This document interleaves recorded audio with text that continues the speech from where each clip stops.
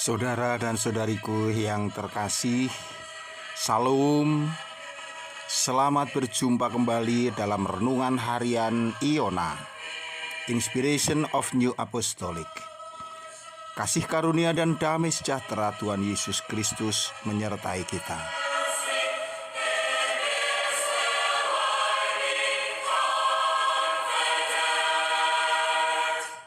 Pada edisi yang ke-8 ini, renungan kita mengambil dasar dari kitab Matius pasal 16 ayat 15 sampai dengan 16. Lalu Yesus bertanya kepada mereka, "Tetapi apa katamu?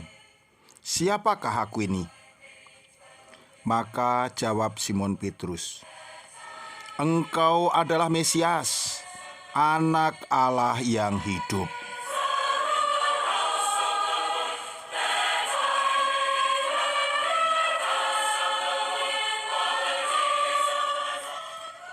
Saudara dan saudariku yang terkasih, mengakui iman kita di hadapan orang adalah sebuah tugas penting yang harus kita lakukan.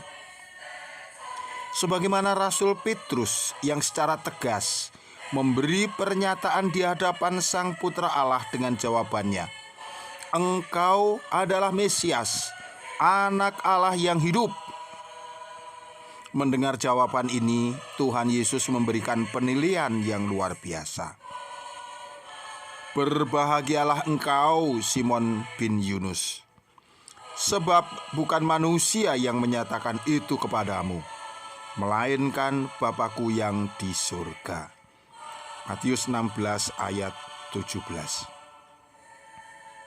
Kepada Petrus dikatakan, "Berbahagialah kamu." Di sini kita ingin menarik kesimpulan. Barang siapa mau mengakui Yesus sebagai Mesias, Yesus sebagai Tuhan, Yesus sebagai Anak Allah yang hidup, maka mereka akan berbahagia. Tidakkah setiap orang ingin berbahagia? Kebahagiaan yang bukan hanya menurut kriteria atau ukuran manusia, melainkan kebahagiaan yang sesuai dengan ukuran Allah, kebahagiaan yang sejati, kebahagiaan yang nilainya abadi. Ini hanya mungkin diraih jika orang mau hidup sesuai dengan imannya.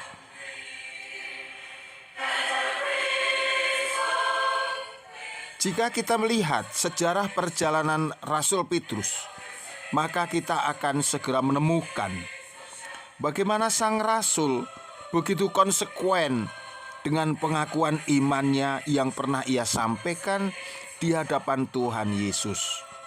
Ia yang telah mengatakan, "Engkau adalah Mesias, Anak Allah yang hidup," itu tetap hidup di dalam hatinya.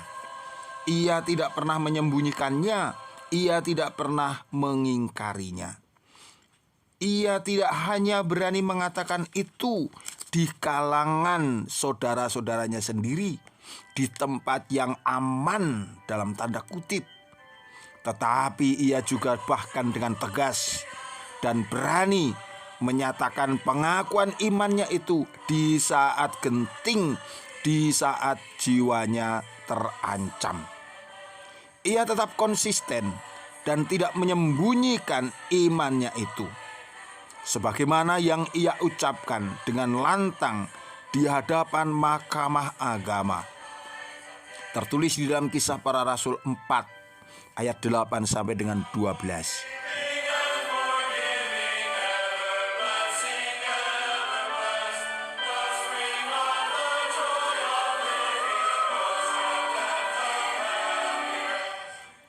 Maka jawab Petrus penuh dengan Roh Kudus, "Hai pemimpin-pemimpin umat dan tua-tua, jika kami sekarang harus diperiksa karena suatu kebajikan kepada seorang sakit dan harus menerangkan dengan kuasa manakah orang itu disembuhkan, maka ketahuilah oleh kamu sekalian dan oleh seluruh umat Israel bahwa dalam nama Yesus Kristus, orang Nazaret yang telah kamu salibkan, tetapi yang telah dibangkitkan Allah dari antara orang mati. Bahwa oleh karena Yesus itulah orang ini berdiri dengan sehat sekarang di hadapan kamu.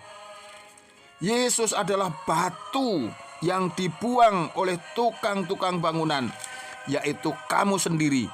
Namun ia telah menjadi batu penjuru. Dan keselamatan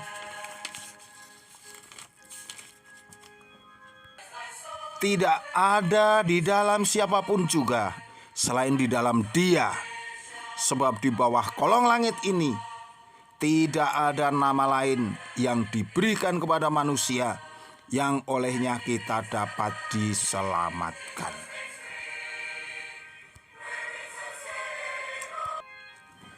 Saudara dan saudariku yang terkasih, lihatlah betapa luar biasanya kesaksian ini. Dari sisi jasmani, Rasul Petrus bukanlah siapa-siapa. Ia bukan ahli agama. Ia juga tidak pernah menempuh pendidikan yang memadai. Tetapi saat Roh Kudus bekerja, maka ia dapat tampil dengan gagah berani, dapat berkata-kata dengan lantang, mengakui imannya, mengakui Yesus sebagai Tuhannya. Dan kita tahu ini bukan tanpa risiko. Rasul Petrus tahu, Rasul Petrus sadar para imam Yahudi itu memiliki kuasa untuk menghukumnya, sebagaimana malam sebelumnya di mana mereka dijebloskan ke dalam penjara. Saudara dan saudariku yang terkasih, membaca kisah ini, kita tidak ingin berhenti hanya mengagumi apa yang sudah Rasul Petrus lakukan dengan kesaksiannya. Mengakui iman adalah tugas semua orang yang percaya. Roh Kudus telah menuntun para rasul untuk bekerja. Roh Kudus yang sama juga ada di dalam diri kita. Tidakkah seharusnya kita juga bisa bekerja sebagaimana mereka?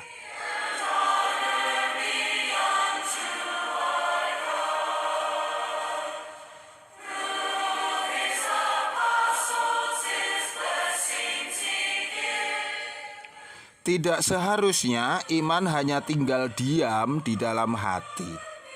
Kita harus memberi ruang agar Roh Kudus bekerja, sehingga iman yang semula tersembunyi dapat kita nyatakan di hadapan orang. Iman sehebat apapun, sesempurna apapun, sebenar apapun, jika ia tidak tampak wujudnya dalam kata-kata dan perbuatan, maka itu tidak ada artinya. Yakobus 2 ayat 26 mengatakan, sebab seperti tubuh tanpa roh adalah mati, demikian jugalah iman tanpa perbuatan adalah mati. Sekecil apapun iman kita, bahkan jika itu hanya seperti biji sesawi, biarlah ia hidup. Ia akan menjadi besar dan bermanfaat jika kita menyatakannya di hadapan orang, di dalam kata-kata dan perbuatan kita. Jangan takut, jangan gentar. Roh Kudus membimbing, malaikat Tuhan menyertai.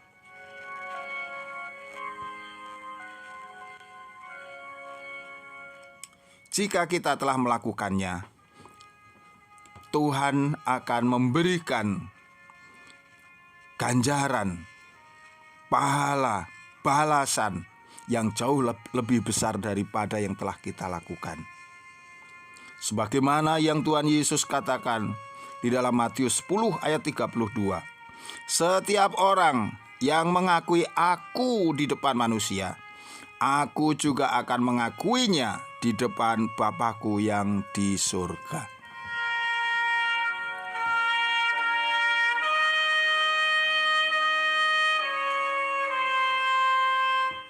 Saudara dan saudariku yang terkasih, demikianlah renungan kita kali ini.